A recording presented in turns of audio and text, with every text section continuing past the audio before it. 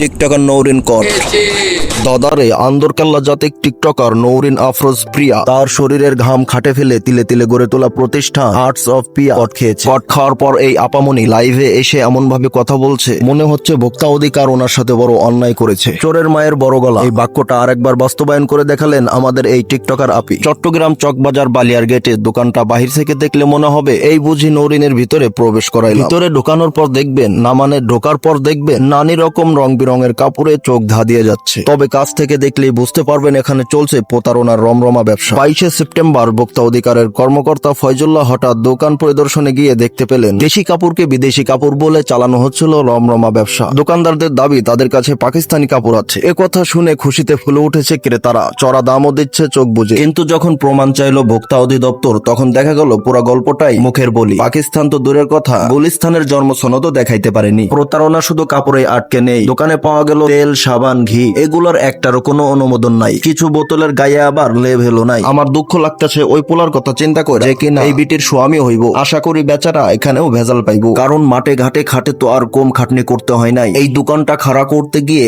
কত মানুষের কত কিছু যে খাড়া করতে হয়েছে সেটা একমাত্র ইনিই জানেন। তবে ভোক্তা অধিদপ্তর দুঃখটা বুঝলো না, একেবারে 50,000 টাকা জরিমানা ঢুকিয়ে দিল টিকটকারের জায়গা মতো। চোরের 10 দিন গেরেস্থের একদিন, কথাটা ভুইলা গেলে চলবে না। শুধু জরিমানাতেই ক্ষান্ত থাকেনি ভোক্তা অধিদপ্তর, কড়া হুঁশিয়ারি দিয়ে গিয়েছে পরবর্তীতে এমন ভেজাল মাল পাওয়া গেলে ঘিরে হান্দাই দিবে। এখন প্রশ্ন হলো এমন কট খাওয়ার পরেও কি এদের শিক্ষা হওয়ার আশা আছে? না, মানে একবার দেখেছিলাম আপামনি উমরা হজে গেছে, তার বোরকা হিজাব পরা কান্না দেখে ভেবেছিলাম তিনি হয়তোবা এ যাত্রায় ভালো হয়ে যাবেন। তার অর্ধলঙ্গ চিত্র দেখার আফসোস মনে মনে থাকলেও মনকে এই বলে সান্ত্বনা দিয়েছিলাম যে যাই হোক আরেকজন টিকটকার তো অন্তত হেদায়েত পেল। কিন্তু আমার এই ভাবনাকে কোন রকম তোয়াক্কা না করে আপামনি কিছুদিন পরে দেখলাম আতিফ আসলামের কনসার্টে গিয়ে হেলে দুলে নেচে বেড়াচ্ছে। বেগানা পুরুষের মন জয় করতে তিনি প্রচুর ব্যস্ত হয়ে পড়েছেন। যে কিনা কিছুদিন আগেই কাবা শরীফের সামনে দাঁড়িয়ে কান্না করছিল, আজ সে কনসার্টে হাত পা দুলিয়ে নেচে গিয়ে বেড়াচ্ছে। আপামনির ট্রান্সফরমেশন এত দ্রুত হয়েছিল যে যেটা দেখে শয়তানও কনফিউজ, হতবাক হয়ে তাকিয়েছিল তার দিকে। এত দ্রুত এত বড় পরিবর্তন কিভাবে হতে পারে? একটা কথা মাথায় রাখেন, নিজের কষ্টের টাকা দিয়ে জিনিস কিনবেন একটু যাচাই বাছাই করে কিনেন। কোন এক সেলিব্রিটি বলেছে বলে মালটা যে ভালো হয়ে যাবে বিষয়টা এমন নয়। ভালোবাসা যেমন জাত ধর্ম মানে না, চোরেরও একই অবস্থা, সুতরাং সাবধান।